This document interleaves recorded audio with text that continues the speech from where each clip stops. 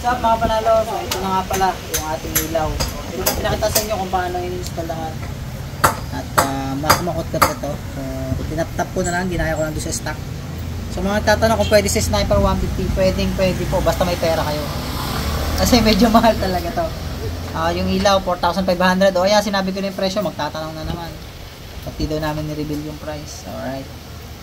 So ito bubuhay natin. So check natin yan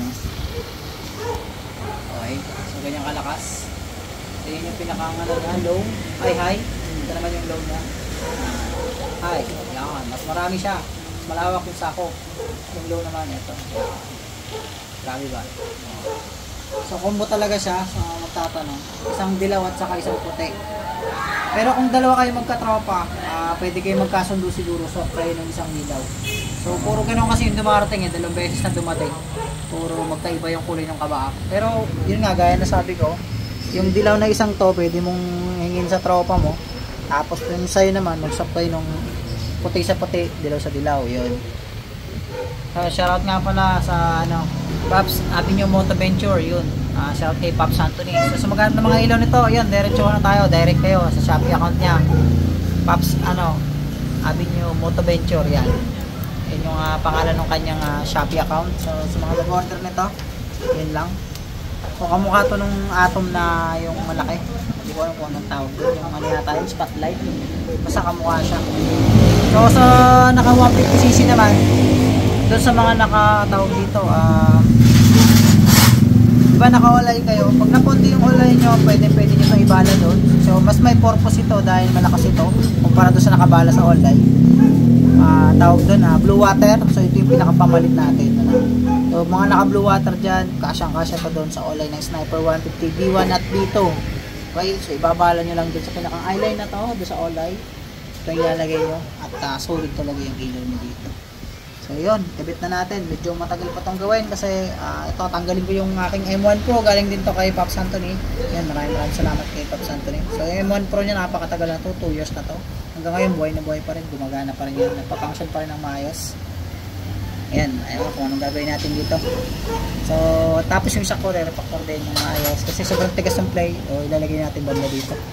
Sobrang iksi ng play niyan. Ang tigas, sakit sa katawan. So, ngayon, ayusin natin. So, tara, install natin tong SUS. SUS ang pangalan nitong ilaw na to. Ito po ang mahal. Yan na. Sige, let's go. Install na natin. So guys, testingin natin itong ilaw. Yan. So, dalawang unit to. So, ito yung akin. Ito naman yung kay RJ. Yan. Yan. May sasakyan. Teka lang. So, sabay tayo kada punta doon sa unahan. So, ito yung mga stock na ilaw namin. Ganyan na itsura. At, yan. May sasakyan. Dahan-dahan muna tayo. Baka tayo mapagalitan. Sobrang lalakas ang mga ilaw natin. So sa magtatanong ng brand, SUS o sa presyo, ayun, may gagamba, kitang-kita Jay, May gagamba, kita mo 'yun? Ayan yung gagamba. Tama Jay, pitik sabi nga ng Batanggenyo. Kita niyo yung gagamba na 'yun. Nakikita namin yung gagamba. Pwede pala pangilaw ng gagamba to Medyo marami palang dumadaan dito.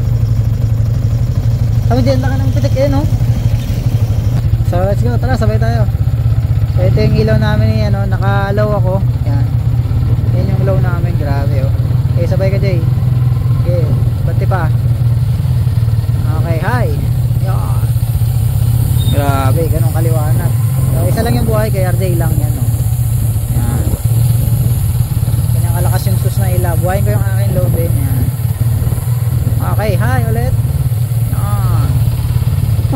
Ayan, makawa naman kasalubong pag dalawang ganito kaliwanag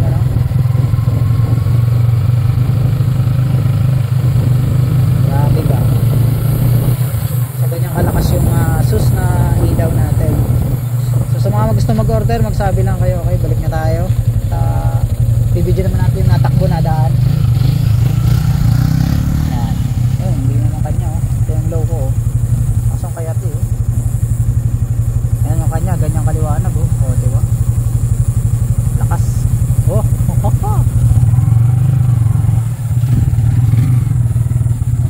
Yan, so isang ilaw pa lang ng motor yung kanyang yan makapansin yung ganun kaliwanag kay RJ pa lang yan. Ito yung akin boom, diba? So ganyan kalakas yung mga ilaw. Parang malis maliwanag yung kanya. Ba't ganun? Palit tayo, lakas niyan. Yan, pa nagsama, grabe patay mo nga, sige. Ay, yan, patay talaga, tayo mapapagalitan ng kasalubong. Liwanag ano. So, high beam pa, boom, shit, ganun kaliwanag. So, baba tayo para mailawan naman tayo habang nanakbo. Alright, baba natin ang ating cameraman. Oops, okay, para ma-spotan natin kung gaano kalakas. Lakas niya na, malakas yung ilaw niya. Wow. Yan.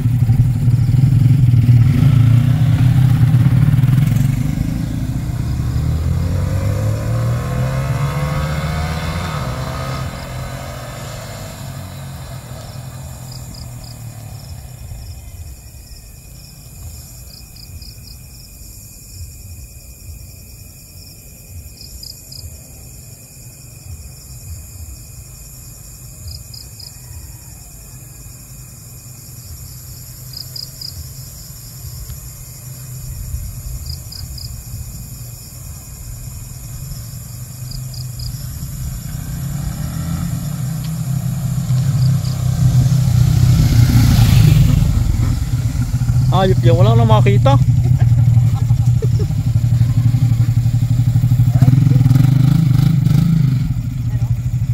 medyo mataas yung pagkakasa ko ng aking gamit yung kaya di kasi mababa. Para sa akin okay na to kasi mahilig ako sa matulog na naka-low lang. Ito yung low niya, yan. Ito naman yung high. Okay, so ito na yung high ng ating ilaw na stock na sniper. Yan mismo. Ito yung high yung pinakang stock na ilaw. And ganyan lang kahina. Then ito yung high naman ng sniper. Ito naman yung low ng ating may driving, yung ating sus na may driving light yan. Alright, okay. Alright, pasado. Ang ganda. Pwede na pang uwi ng Quezon. Yung shoutout kay Pop Santo niyo. Maraming salamat sa iyo. Let's go, tara. Pangbiyahin na natin to, game.